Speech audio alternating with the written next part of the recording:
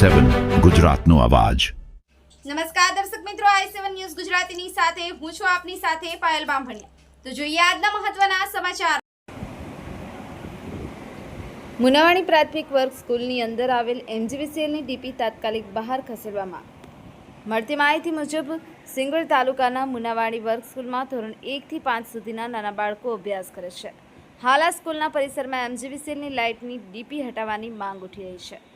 ઘણીવાર એમજીવીસીએલ વિભાગ લીંબડીને રજૂઆત કરવામાં આવી છે, તેમ છતાં નિરાકરણ આવતું નથી।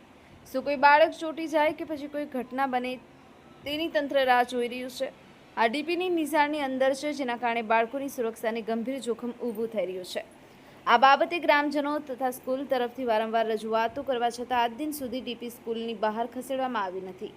હાલ ચોમાસાની સિઝન ચાલી રહી છે। વરસાદના લીધે બાળકોને કરંટ લાગી શકે એનો ભય પરમાર નિરંજનભાઈ, ભાવિનભાઈ અને ગામ લોકોની માંગ છે કે મુનાવાડી વર્ગ સ્કૂલની અંદર આવેલી એમજીવીસીએલની ડીપીને તાત્કાલિક બહાર હટાવી બાળકોને સુરક્ષિત વાતાવરણ પૂરું પાડવામાં આવે અથવા ડીપીની ચારે બાજુ બાઉન્ડ્રી લગાવવામાં આવે, જેથી બાળકો સુરક્ષિત રીતે મેદાનમાં રિસેસના ટાઈમે ભય ના રહે।